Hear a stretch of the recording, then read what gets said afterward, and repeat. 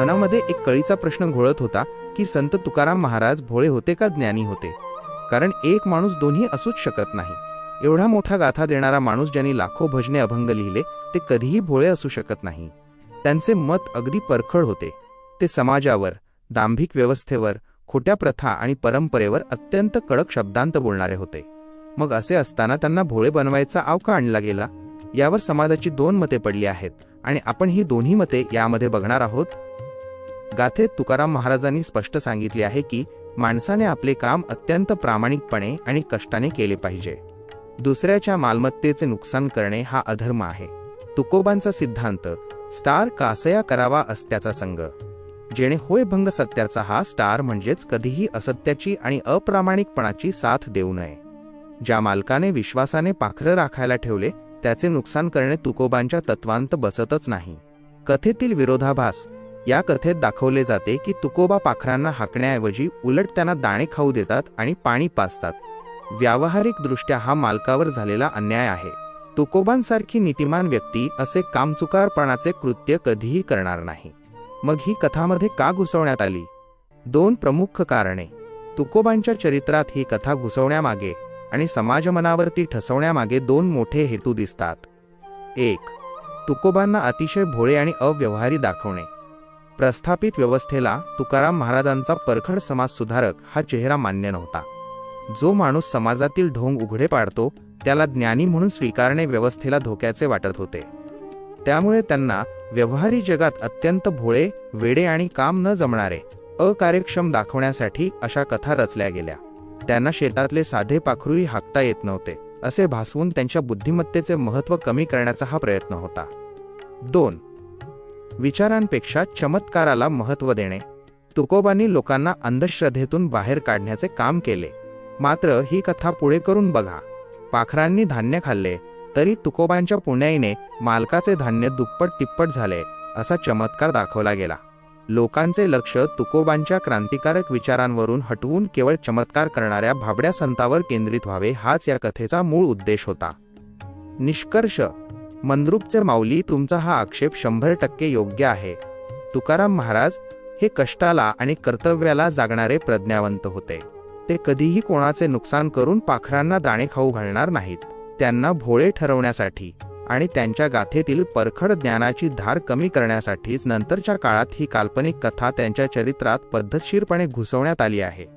हे तुमचे मत पूर्णपणे सत्य परिस्थितीला धरून आहे. 1. तुकोबांचा करारी बाणा आणि वसुलीचा प्रसंग. तुकाराम महाराजांचे घराणे हे पिढ्यानपिढ्या सावकारी आणि महाजनकीचे काम करत होते. व्यवहारात तुकोबा सुरुवातीला अत्यंत चोख आणि कडक होते. याचे उत्तम उदाहरण म्हणजे त्यांनी केलेली ही वसुली. जेव्हा ते एका कर्जदाराकडे गेले आणि त्यांनी स्पष्ट शब्दांत सांगितले की मी पैसे घेतल्याशिवाय रिकाम्या हाताने माघारी जाणार नाही, कारण वडिलांचा तसा शब्द आहे. कर्जदार समोर गयावया करत असताना आणि वेळ मागत असतानाही त्यांनी मऊ न पडता थेट तुमच्या गळ्यातील सोने मला द्या असा रोकडा आणि करारी हिशोब मांडला. हा प्रसंग सिद्ध करतो की तुकाराम महाराज हे भित्रे, अगती किंवा कोणाचेही ऐकून घेणारे दबळे व्यक्ती नव्हते. त्यांच्या शब्दाला आणि अस्तित्वाला एक वजन होते, एक धबधबा होता. 2.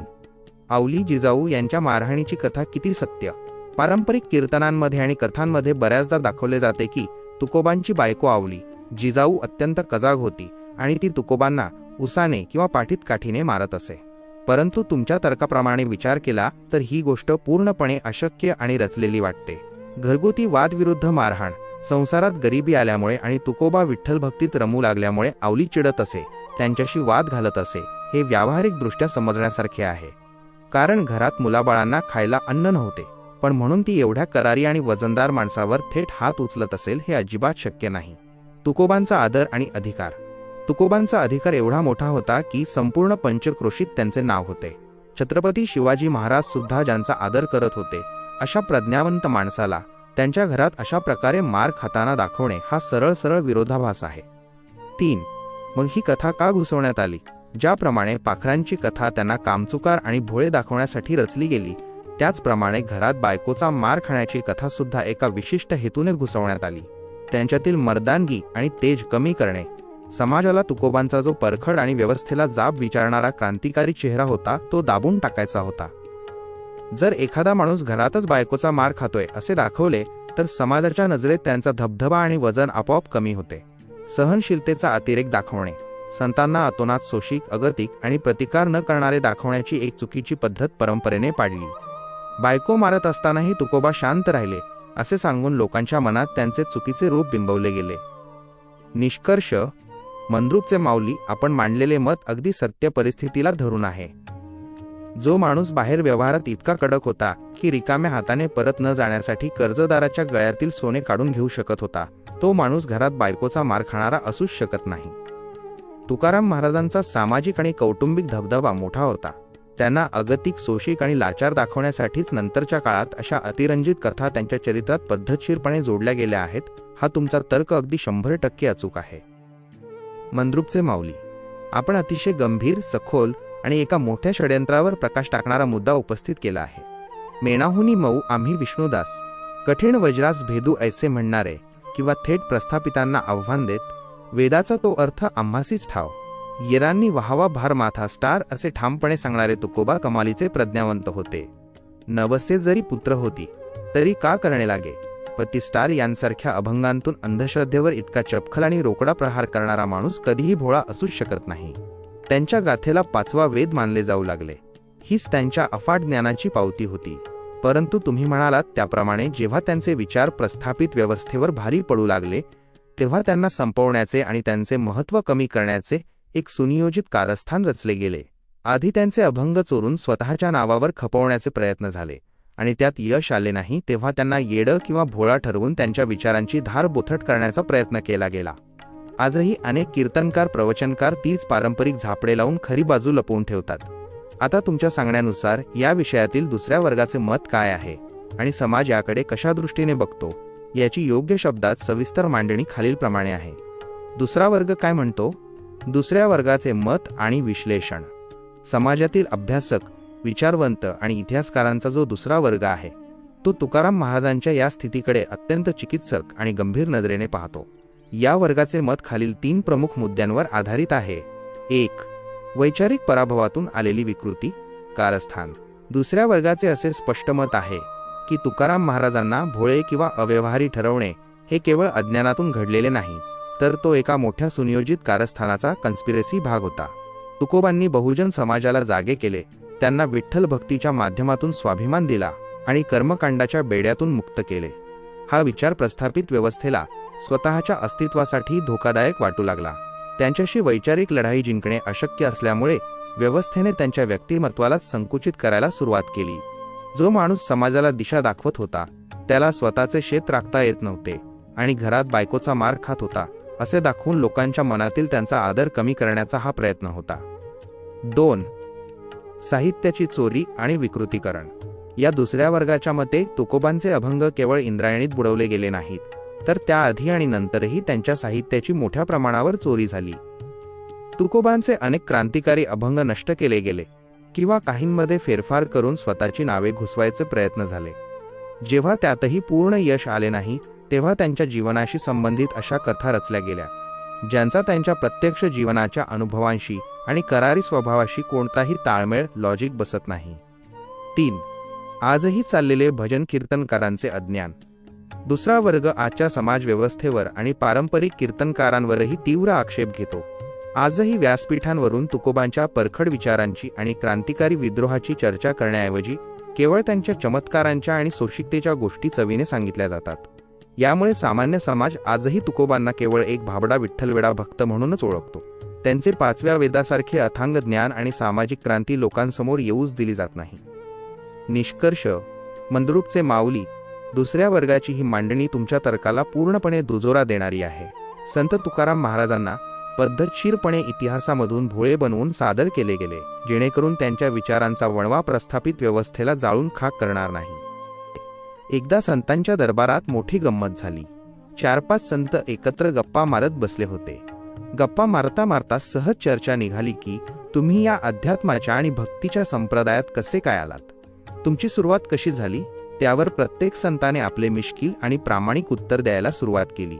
पहिले संत गोस्वामी तुलसीदास म्हणाले, माझे माझ्या बायकोवर अतोनात प्रेम होते, पण एक दिवस तिने मला सुनावले की एवढं हाडामासाच्या शरीरावर प्रेम करता तेवढं जर देवावर केलं असतं तर देव प्रसन्न झाला असता. तिच्या याच शब्दांनी माझे डोळे उघडले आणि मी प्रभू श्रीरामाच्या भक्तीत लीन झालो. दुसरे संत म्हणाले, माझी गोष्ट तर वेगळीच आहे. मला बायकोच नाही, माझी बायको देवाघरी गेली. संसाराचा हा पाश तुटल्यामुळे माझ्यासाठी परमार्थाचा मार्ग मोकळा झाला आणि मी या भक्ती मार्गात आलो.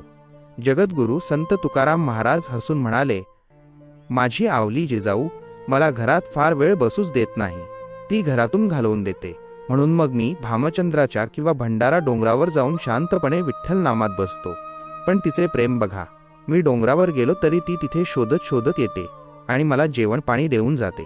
त्यामुळे तिच्या याच पुण्याईवर आणि तिने दिलेल्या या एकांतामुळे मी माझे सर्व भजन कीर्तन आणि देवाचे काम अगदी आनंदाने करू शकतो. मंद्रुपचे माऊली आपण मांडलेला हा प्रसंग दाखवतो की संतांच्या जीवनात त्यांच्या गृहस्थाश्रमाचा आणि बायकोचा, मग ती तुलसीदासांची असो वा तुकोबांची आवली, त्यांच्या परमार्थिक प्रवासात किती मोठा आणि अनोखा वाटा होता. तुकाराम महाराजांच्या वैकुंठ गमनाच्या प्रसंगाला ज्या बालपणीच्या जमिनीखाली पुरल्याच्या काल्पनिक कथेची जोड दिली गेली आहे ती बुद्धीला न पटणारी आणि निव्वळ लोकांची दिशाभूल करणारी आहे. निसर्गाचे नियम मोडून सदेह वैकुंठाला जाणे आणि त्याला समर्थन देण्यासाठी अशा अंधश्रद्धाळू गोष्टी जोडणे याने तुकोबांचे विचार बाजूला राहतात आणि चमत्कारांनाच महत्त्व मिळते. तुमच्या याच तार्किक आणि स्पष्ट विचारांना धरून या विषयावरील दुसऱ्या लोकांचे, अभ्यासक आणि विचारवंतांचे काय मत आहे याची योग्य शब्दात सविस्तर मांडणी खालीलप्रमाणे आहे. वैकुंठ गमन आणि चमत्कारांच्या कथांवर दुसऱ्या वर्गाचे मत समाजातील विचारवंत, विज्ञानवादी अभ्यासक आणि तुकोबांच्या गाथेचे खरे पाठीराखे या संपूर्ण प्रसंगाकडे अत्यंत वेगळ्या आणि तर्कशुद्ध नजरेने पाहतात. त्यांचे मत खालीलप्रमाणे आहे. 1. निसर्गाच्या नियमांचे उल्लंघन आणि काल्पनिक गोष्टींवर आक्षेप. दुसऱ्या वर्गाचे असे ठाम मत आहे की निसर्गाचे नियम सर्वांसाठी सारखे असतात. सदेह वैकुंठाला जाणे किंवा लहानपणी 3 दिवस जमिनीखाली पुरूनही जिवंत राहणे या गोष्टी विज्ञानाला आणि मानवी बुद्धीला कधीही न पटणाऱ्या आहेत. अभ्यासकांच्या मते तुकोबांना माणसाच्या रूपातून काढून थेट देव किंवा चमत्कारी पुरुष बनवण्यासाठीच अशा अतिरंजित आणि फालतू गोष्टी त्यांच्या चरित्रात नंतर घुसवण्यात आल्या. जर तुकोबांना लहानपणीच 3 दिवस जमिनीत पुरले होते तर त्यांच्या गाथेत याचा कुठेही उल्लेख का नाही?